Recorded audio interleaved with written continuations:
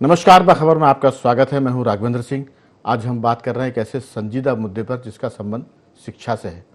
मध्य प्रदेश में शिक्षण सत्र शुरू हो गया है राज्य सरकार का। सरकारी स्कूल खुल गए हैं, लेकिन अब शिक्षा महकमे ने तैयारी की है कि जो शिक्षक ई अटेंडेंस नहीं लगा रहे हैं उनके खिलाफ सख्त कार्रवाई की जाए। ई अटेंडेंस का मतलब ये है कि शिक्षक स्कूल में जाकर अपना सेल्फी लेगा और उसको अपने पोर्टल पर डालेगा और पोर्टल पर जो कर्मचारी मौजूद है वो उसको अपलोड करेगा। अगर किसी शिक्षक ने पोर्टल पर अपनी ई अटेंडेंस की फ़ोटो डाली है और अपलोड नहीं हुई है तो अपलोड नहीं करने वाला दोषी माना जाएगा, तो उसके खिलाफ कार्रवाई होगी। और अगर आपने ई अटेंडेंस लगाई नहीं है, अपनी सेल्फी लेकर फ़ोटो नहीं डाला है, तो उनके खिलाफ महकमा और सख्त कार्रवाई कर रहा है। ऐसा संकेत मिले हैं, इस तरह की बात हो रही है कि उनको निलंबित किया जाए। आज इसी पर कि अटेंडेंस लेने वाले जो शिक्षक है वो अपनी अटेंडेंस नहीं देने पर सस्पेंशन का शिकार हो सकते हैं। विस्तार से बात करेंगे, चर्चा में जुड़ेंगे। हमारे इस मुद्दे पर बातचीत के लिए स्टूडियो में मौजूद हैं मध्य प्रदेश के वरिष्ठ पत्रकार शांति श्री संदीप पाठक जी। फोन लाइन पर जुड़ेंगे मध्य प्रदेश शिक्षक संघ के अध्यक्ष श्री जगदीश यादव जी, और जगदीश यादव जी के साथ साथ हमारे साथ जुड़ेंगे फोन लाइन पर हमारे पत्रकार साथी योगी गौरव चतुर्वेदी जी। लेकिन जगदीश जी, आप मेरी आवाज़ सुन पा रहे हैं?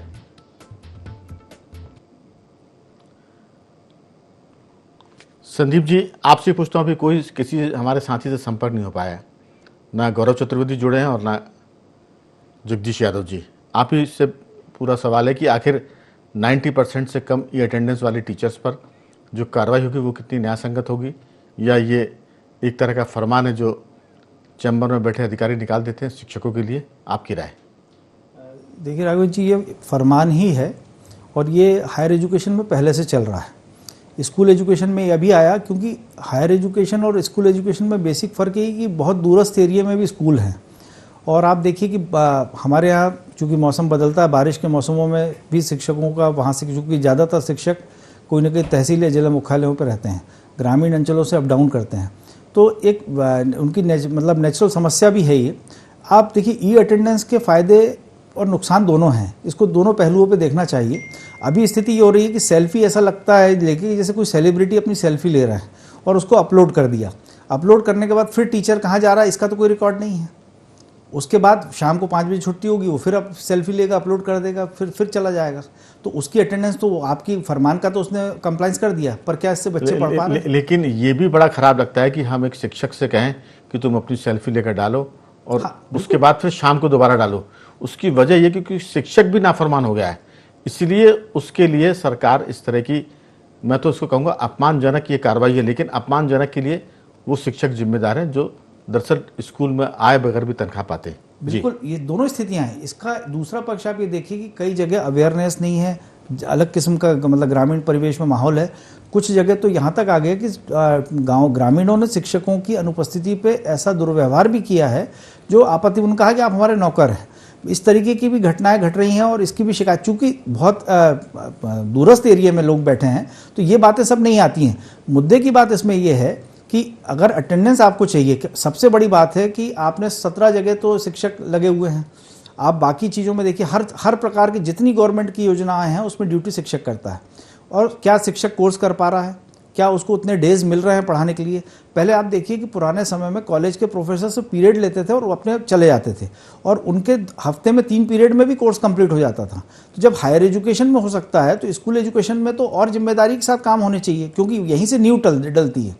आखिर शिक्षक और ये इस तरीके के फरमान जारी होने से एक सामंजस्य खत्म होगा। प्रशासन सख्त जरूर चाहिए पर नारियल की तरह कड़क हो, लेकिन कहीं उसमें भी इस चीज़ को देखे कि उसमें हित हो, नियमों से किसी का हित होना चाहिए। ये फरमान कैसे, उसका रिफ्लेक्शन क्या आ रहा है, इस पर भी कहीं ना कहीं मंथन होना चाहिए।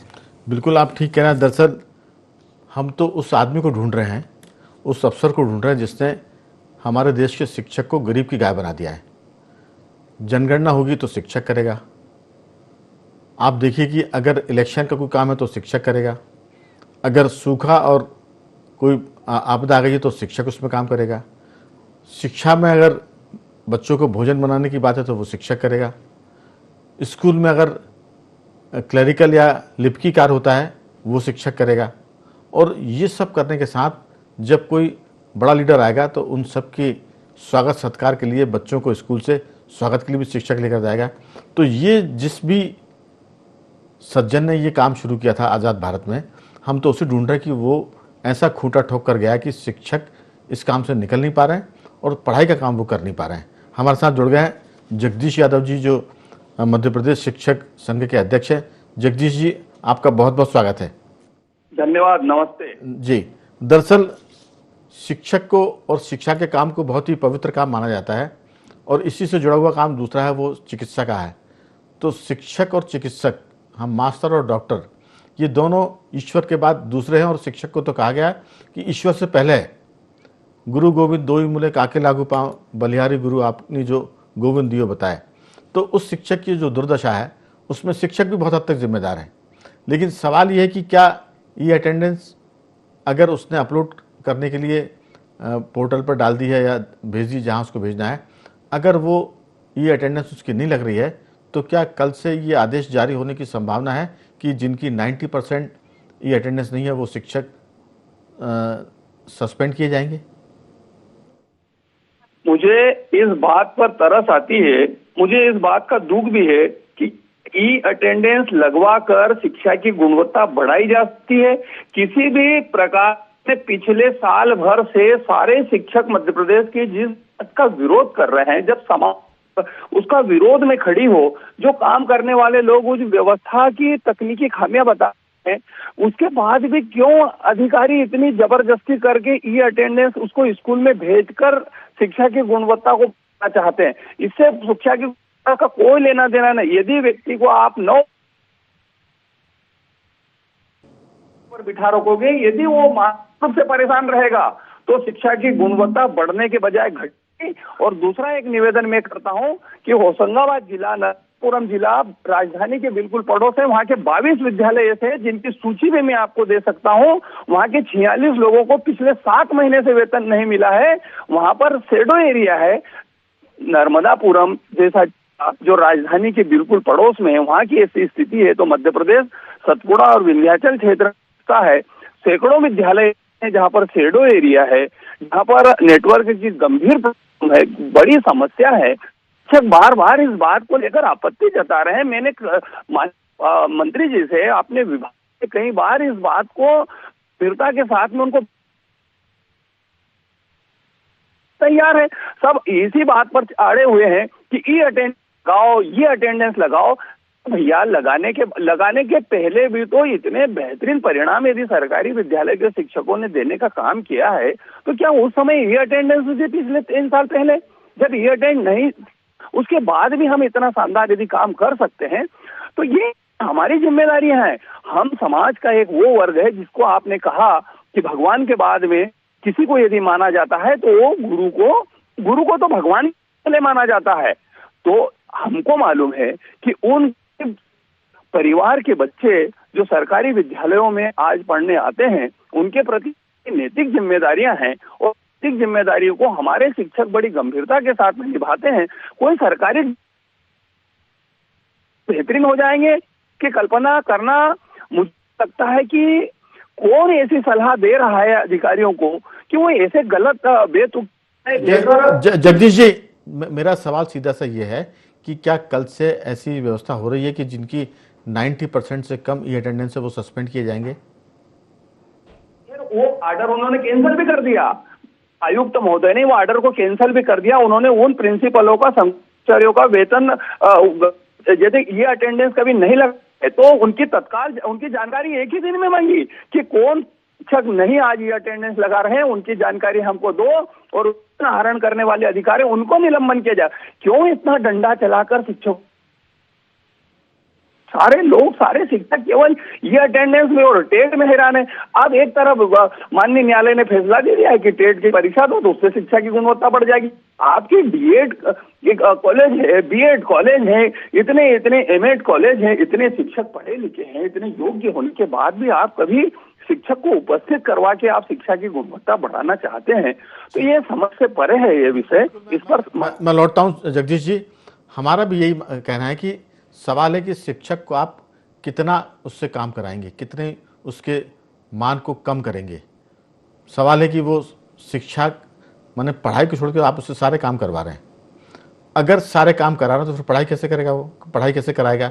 हमारा फोकस इसी बात पर है। लेकिन कहीं ना कहीं बात ये भी आती है कि थोड़ी बहुत नहीं, काफ़ी कुछ गलती शिक्षकों की भी नज़र आती है। जो अच्छे शिक्षक हैं वो उनके लिए तो सब प्रणाम करते हैं, जो कमज़ोर है उनके लिए प्रणाम है, लेकिन जो चालाकी करते हैं, जो एवजी शिक्षक लगाते हैं अपने बदले में, उस पर भी संघ को ध्यान देने की ज़रूरत है, क्योंकि अंततः प्रतिष्ठा आपकी और संघ की और शिक्षक की खराब होती है। मैं लौटूंगा आपके पास। हमारे साथ जुड़ गए हैं फोन लाइन पर हमारे पत्रकार साथी गौरव चतुर्वेदी जी। गौरव जी, जगदीश जी की जानकारी यह है कि वो आदेश जो जारी हुआ था वो वापस भी ले लिया है शिक्षण आयुक्त ने। आपकी राय की क्या, शिक्षकों को इस तरह से अपमानित करके हम शिक्षा को कहाँ लेके जाना चाहते हैं? बहुत सारी गलतियाँ होंगी शिक्षकों में, लेकिन सवाल है कि क्या ई अटेंडेंस या जो बायोमेट्रिक अटेंडेंस होती है, जो थंब लगाते हैं मंत्रालय में, क्या इसका पालन हो पा रहा है पूरी तरह से? क्या संचालनालय में इसका पालन हो पा रहा है? क्या कलेक्ट्रेट में इनका पालन हो पाता है? तो अगर आपको कुछ करना है तो पहले मिसाल कायम करें मंत्रालय से, संचालनालय से जो राजधानी है, कलेक्ट्रेट से करें, फिर इसको ले जाए नीचे तक। गरीब है, गरीब की गाय है शिक्षक, उसी पर सब एक तरह से लाठी घुमाते रहते हैं। आपकी राय? राघवन जी, अगर हम देखें दो महत्वपूर्ण सेवाएं हैं, शिक्षा और स्वास्थ्य, जिसको लेकर के पूरे मध्य प्रदेश में, पूरे देश की हालत बदहाल पड़ी हुई है। और उसकी एक जो सबसे बड़ी वजह है, हर शिक्षक की एक मजबूरी है, उसकी दूरस्थ स्थापना की गई है, उसके आने जाने की परिस्थितियां, बस परिवार नहीं रख सकता तो वह आने जाना लगाता है। बारिश का मौसम आ जाता है, ठंड में भी कुछ चीजें होती हैं, फिर सामाजिक जिम्मेदारियां, पारिवारिक दुश्वारियां जो हैं, उनमें कई बार शिक्षक अपनी अटेंडेंस पूरी नहीं लगा पाते हैं। एक समस्या जो है वो सबसे बड़ी शिक्षकों की समस्या को समझने की जरूरत है, डॉक्टर्स की समस्या को समझने की जरूरत है। और सरकार स्कूल बड़े बड़े बना रही है, लेकिन अगर उन स्कूलों को आवासीय विद्यालय तर्ज पर तैयार कर दिया जाए कि वहां पर शिक्षक भी रहेंगे, उनके रहने की व्यवस्था एक सुरुचिपूर्ण व्यवस्था अगर हो जाएगी, तो मुझे लगता है कि शिक्षक ज्यादा से ज्यादा मात्रा में एक तो पढ़ाई पर ध्यान दे पाएंगे, क्योंकि उनका सबसे बड़ा जो आने जाने में समय लगता है वो सब बहुत अधिक समय लगता है, उसको बचाना चाहिए और उसको एक कंस्ट्रक्टिव वे में लेकर जाना चाहिए। लेकिन अभी हो ये रहा है कि शिक्षक को आप कभी भी किसी भी सेवा में लगा देते हैं, किसी भी कार्य में लगा देते हैं, चाहे वो मतगणना का कार्य हो, चाहे वो किसी मुख्यमंत्री के कार्यक्रम में या मंत्री के कार्यक्रम में लोगों को लाने ले जाने का काम हो, विद्यार्थियों को लाने ले जाने का काम हो। तो ऐसी परिस्थिति में शिक्षक की अटेंडेंस शॉर्टेज होती है, और जब शॉर्टेज होती तो फिर उसके बाद उन्हें पनिश किया जाता। शिक्षक अपनी प्रॉब्लम्स को बोल नहीं पा रहा है, लेकिन उसके लिए एक सबसे बड़ी व्यवस्था करना चाहिए कि उनको उसी स्कूल के अंदर, उसी स्कूल के आसपास के परिसर में रहने की एक सुरुचिपूर्ण व्यवस्था हो जाए, तो मुझे लगता है बहुत हद तक ये समस्या सुलझ जाएगी। लेकिन एक बात ये भी है कि मध्य प्रदेश की मैं बात करूं तो बड़ी संख्या में, जगदीश जी बताएंगे इस बारे में जब अगले दौर की बातचीत में मैं उनके पास आऊँगा, शिक्षकों की कमी बहुत है। एक तो शिक्षक पर्याप्त मात्रा में नहीं है, और फिर स्कूल में इतने सारे काम कराए जाते हैं कि वो संकुल का काम भी वही देखेगा, लिपकी काम भी वही करेगा, फिर मध्याह्न भोजन भी वही करेगा, इसके बाद डाक लेकर आने जाने का काम भी वही करेगा, क्योंकि आपके पास कर्मचारियों की संकट है, शिक्षक का संकट है। और अगर ये संकट ज़्यादा है और ऐसे में आप सख्ती करेंगे तो जो बहुत काम कर रहा है वो टूट जाएगा। संदीप जी, सवाल ये है कि शिक्षकों की संख्या सरकार पूरी नहीं कर रही। पहले तो आप वो कोटा पूरा करो कि हम जितने शिक्षकों की ज़रूरत है उतने पर्याप्त मात्रा में है। फिर अगर एक दो शिक्षक छुट्टी पर होते तो वहाँ का प्रधानाध्यापक या प्रिंसिपल उसको एडजस्ट करेगा, लेकिन ज़रूरत 10 की और पढ़ा 4 रहे हैं, उसमें भी 2 संकुल के काम में लगे हुए हैं, और फिर एक लगा हुआ है खाना बनाने की तैयारी में कि खाना हो रहा कि नहीं हो रहा। तो जब यही सब काम करेंगे तो वो पढ़ाएंगे कैसे? फिर उनको लगता है कि सरकार की भी रुचि पढ़ाने में कम है, इस तरह के ये जो गंडे ताबीज़ और टोटकेबाजी उसमें ज़्यादा है कि बच्चों को खाना खिलाओ, ये करो, तब हर एक का मन फिर शिक्षा से हटेगा और वो उस तरह के प्रबंधन में लग जाएगा। एक तो ये बात हुई। दूसरी बात ये कि शिक्षक भी कहीं ना कहीं इस तरह की गलतियां करते हैं, क्योंकि वेतन की दिक्कत नहीं है मध्य प्रदेश में, शिक्षकों को पर्याप्त मात्रा में वेतन मिल रहा है, तो उस हिसाब से वो गुणवत्ता लेके नहीं आ पा रहे हैं, क्योंकि एक तो काम का बोझ और फिर थोड़ा सा उनके काम के प्रति लापरवाही भी। दोनों बातें हैं इसमें। देखिए, आहरण अधिकारी की जिम्मेदारी है कि उसका वेतन निकालना। आप देखिए कई जिलों में ये स्थितियां हैं, मैं व्यक्तिगत अपवाद स्वरूप हो सकते हैं, जी। पर कई जगह आहरण अधिकारियों ने शिक्षकों का वेतन नहीं निकाले। और जो अभी किसी हमारे उन्होंने कहा कि किसी गांव में या जगदीश यादव ने कहा कि जगदीश यादव जी ने लौटा कहा फॉर्म है की बात है कि 6-7 महीने से वेतन नहीं मिला। तो ये एक्चुअल में आप देखिए कि यही चीज़ों को जब आगे परिलक्षित होती है, जब शिक्षक इतना ह्यूमिलेट होगा, परेशान होगा, तो इसकी शिकवे शिकायत होती है। और आप देख रहे हैं कि जो हमारी ये लोकायुक्त और ईओडब्ल्यू में कई बार ऐसा हुआ है कि मतलब वेतन आहरण के विरुद्ध पैसे मांगे, कुछ हुए तो ट्रैप होगा, ये होगा। तो इससे आप देखिए कि शर्मसार होती है शिक्षा जगत हमारा। और उसके वही मैं कह रहा हूँ, क्या किसी आईएएस का वेतन एक दिन लेट हो सकता है? बिल्कुल कभी नहीं। क्या किसी मंत्रालय या संचालनालय के किसी कर्मचारी का वेतन एक दिन लेट हो सकता है? तो शिक्षक का क्यों होता है? और अगर हो रहा है तो फिर देरी करने वाले जो दोषी हैं उन पर कार्रवाई क्यों नहीं हो रही? बिल्कुल होनी चाहिए। इसमें सबसे बड़ी बात यही तो है कि आप जो नीति निर्धारक बैठे हैं, उन्होंने तो एक मतलब फतवा की तरह जारी कर दिया है। आप छोटी सी देखिए एग्जांपल्स, प्राइवेट स्कूल जो 1-4 कमरों के घरों में लगते हैं, वहाँ आज स्लम एरिया के बच्चे उन स्कूलों में पढ़ना पसंद कर रहे हैं, कोई सरकारी स्कूल में भोपाल में नहीं भेज रहा है। आप देखिए संकुल स्कूल खाली पड़े हुए हैं, जितने स्लम एरिया, और दूसरा कोई सरकारी स्कूल में पढ़ाना नहीं चाहता बच्चों को। उसके पीछे कारण जो भी हों, क्योंकि उनको लाना ले जाना, एक तो पास पढ़ना चाहिए, पैदल लोग आते जाते हैं, सबके पास साधन नहीं है, वो तो एक अलग विषय है। लेकिन कुल मिला के अच्छा आप देखिए कि शिक्षकों का आप ट्रेनिंग उन्हीं इस तरीके से करा रहे हैं कि वो अपनी सामाजिक दबाव में है, आर्थिक दबाव में है, उसके बाद उसकी संविदा पे नियुक्तियाँ हैं, परमानेंट भी नहीं है लोग, कमियाँ अलग हैं, उनका काम भी कर रहे हैं, और उसके बाद आप उनसे टेस्ट भी ले रहे हो। तो आप देखिए यदि किसी को सिखाना है और एक उम्र बढ़ गई, तो प्रौढ़ शिक्षा में जो हम लोग देखते थे लर्न बाय फन का भी तो कोई क्राइटेरिया होना चाहिए। आज एक जैसे कई स्कूल नजीर बन रहे हैं, कई जिनमें बस्ता नहीं ले जा रहे हैं, तो वो लोग कौन सी आज कोई नया नवाचार कर रहे हैं ना कि बच्चे बस्ता नहीं लेके आएंगे और वहीं पढ़ेंगे। तो कुछ ना कुछ ऐसा प्रयोग करें जिससे समाज को कुछ मिले। ये तो एक डिक्टेटरशिप है कि कोई बस आपने कह दिया इसलिए होना है।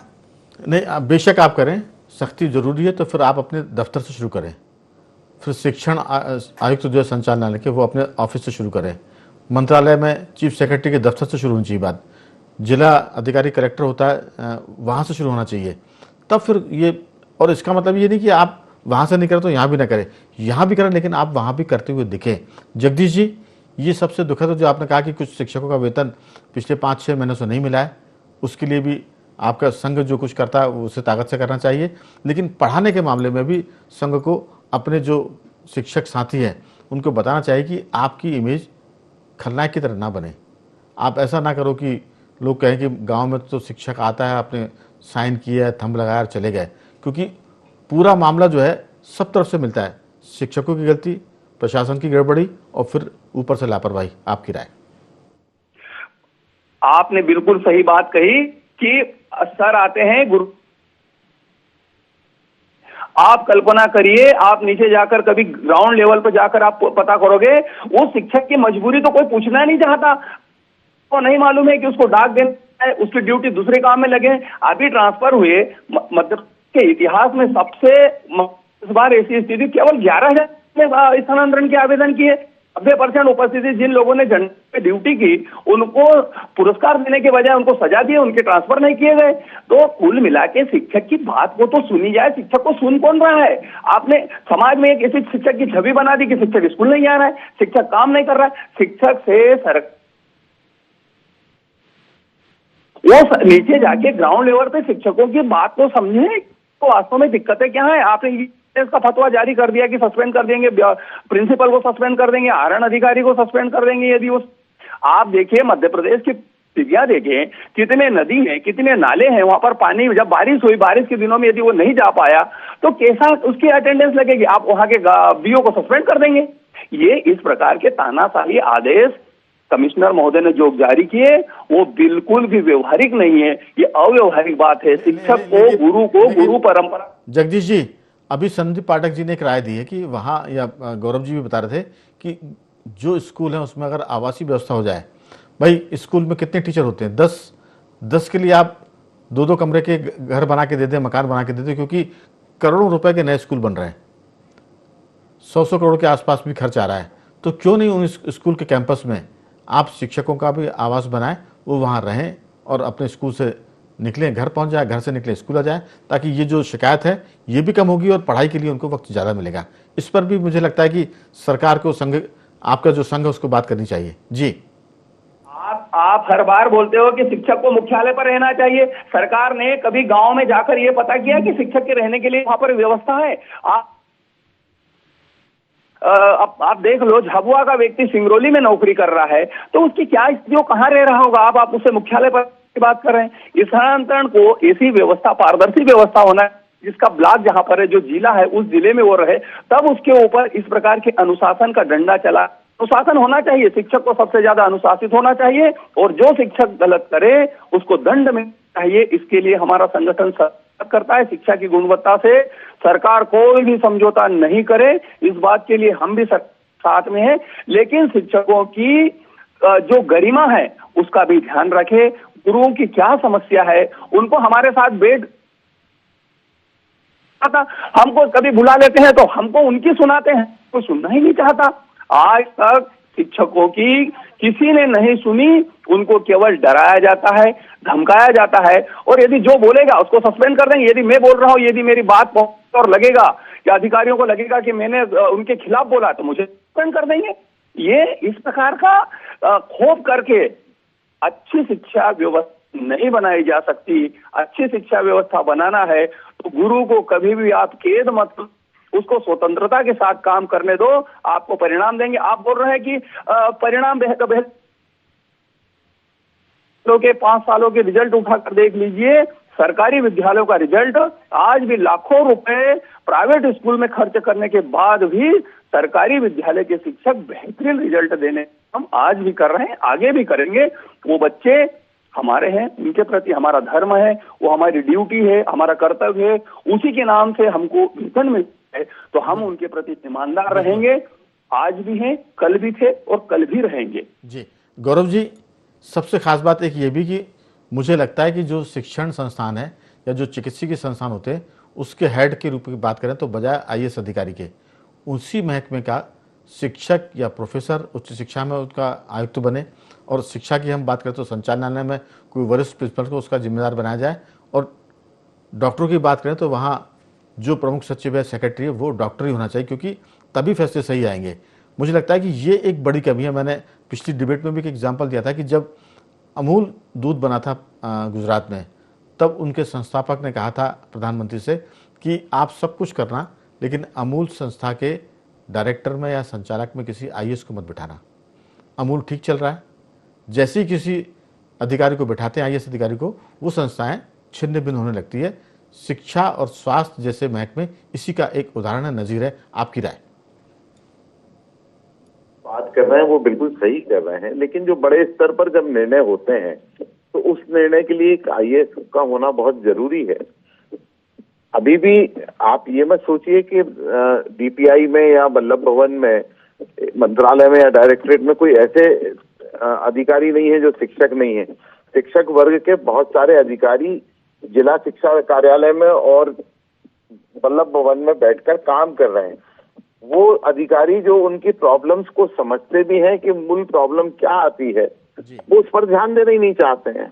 अपनी ही समस्या, जो समस्या खुद की झेली हुई है उस शिक्षक ने, और आज संयोग से आके वो मंत्रालय में बैठ गया या डायरेक्टरेट में आके बैठ गया है, लेकिन वो उस प्रॉब्लम को दूर करने के लिए कोई प्रयास नहीं करना चाहता या अपने वरिष्ठ अधिकारियों को समझाना नहीं चाहता। बड़ा अधिकारी, सीनियर अधिकारी हो, वो आईएएस हो, उसमें कोई बुराई नहीं। एक कैडर बेस्ड सर्विसेज होना भी चाहिए, मैं इसका पक्षधर भी हूँ। लेकिन जब बड़ी योजनाएं बनाने की बात आती है या दिल्ली से उन योजनाओं को लेकर आना है, लागू करवाना है, उनका क्रियान्वयन कराना, तो एक बड़े अधिकारी का होना जरूरी है।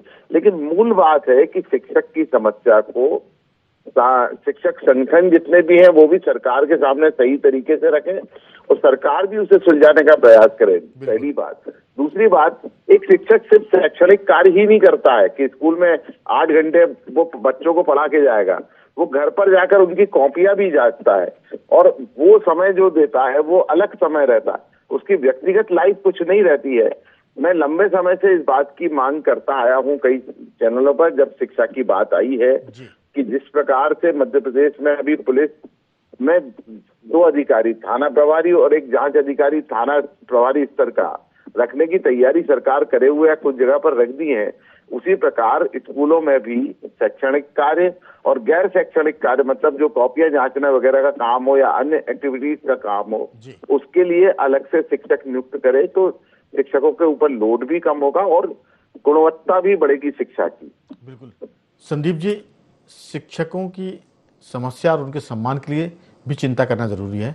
हम उनको डरा सकते हैं, धमका सकते हैं, लेकिन मैं अभी भी इस बात पर हूँ कि एक मुखिया हो, प्रिंसिपल सेक्रेटरी, IAS अधिकारी, लेकिन नीचे के अधिकारी जो गौरव जी ने कहा कि वहाँ है तो मौजूद, डायरेक्टरेट में भी शिक्षक लोग काम कर रहे हैं अफसरों के साथ और बल्लभ भवन में भी, लेकिन वो डर के मारे नहीं बोलते कि जो IAS को पसंद हो वही बात करेंगे। उनको लगता है कि जिसमें IAS खुश हो रहा है वही बात करें, क्योंकि अगर वो उनके खिलाफ बोलेगा या कुछ सुझाव देगा तो कल तो उसको वहाँ निपटा दिया जाएगा। तो ये बहुत सारी बात हैं जो बताती है कि शिक्षा के फैसले लेने के मामले में किसी शिक्षक को भी रखा जाए तो ज़्यादा अच्छा है। आपकी बहुत छोटी सी राय। देखिए, प्रतिनियुक्तियों का तो मामला मेहरबानी पे ही होता है जी, तो वो तो निश्चित रूप से कुछ नहीं बोल पाएंगे। और आप एक परिपाटी गलत हो गई, जैसे डिस्ट्रिक्ट एजुकेशन ऑफिसर बोलते हैं और एक होता है डिस्ट्रिक्ट एक्साइज ऑफिसर।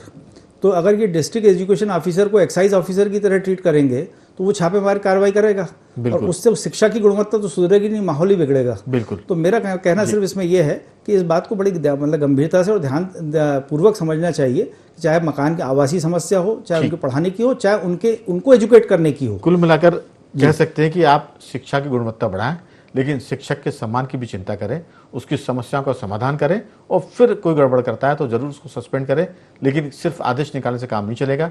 शिक्षकों की कमी पूरी की जाए, शिक्षा के महकमे में जो लिपकी वर्ग के लोग हैं उनकी भी कमी पूरी की जाए, और जैसा गौरव जी ने कहा कि 2 स्तर की बात हो, प्रिंसिपल काम करे शिक्षण का और एक प्रिंसिपल ऐसा भी हो जो एकेडमिक काम करे। तो उम्मीद करते हैं कि शिक्षा का महकमा एकदम से जादू की तरह सुधर तो नहीं जाएगा, लेकिन सरकार और शिक्षक मिलकर इसको बेहतर करेंगे और गुरु को फिर हम भगवान के पहले का दर्जा देंगे। मैं तीनों मेहमानों का धन्यवाद करता हूं। जगदीश जी, आपका साधुवाद। गौरव जी, आपका बहुत धन्यवाद। और संदीप जी, आपका भी बहुत बहुत धन्यवाद कि आपने इस चर्चा में हिस्सा लिया। बाकी और में आज इतना ही। बने रहिए हमारे साथ और देखते रहिए IND24।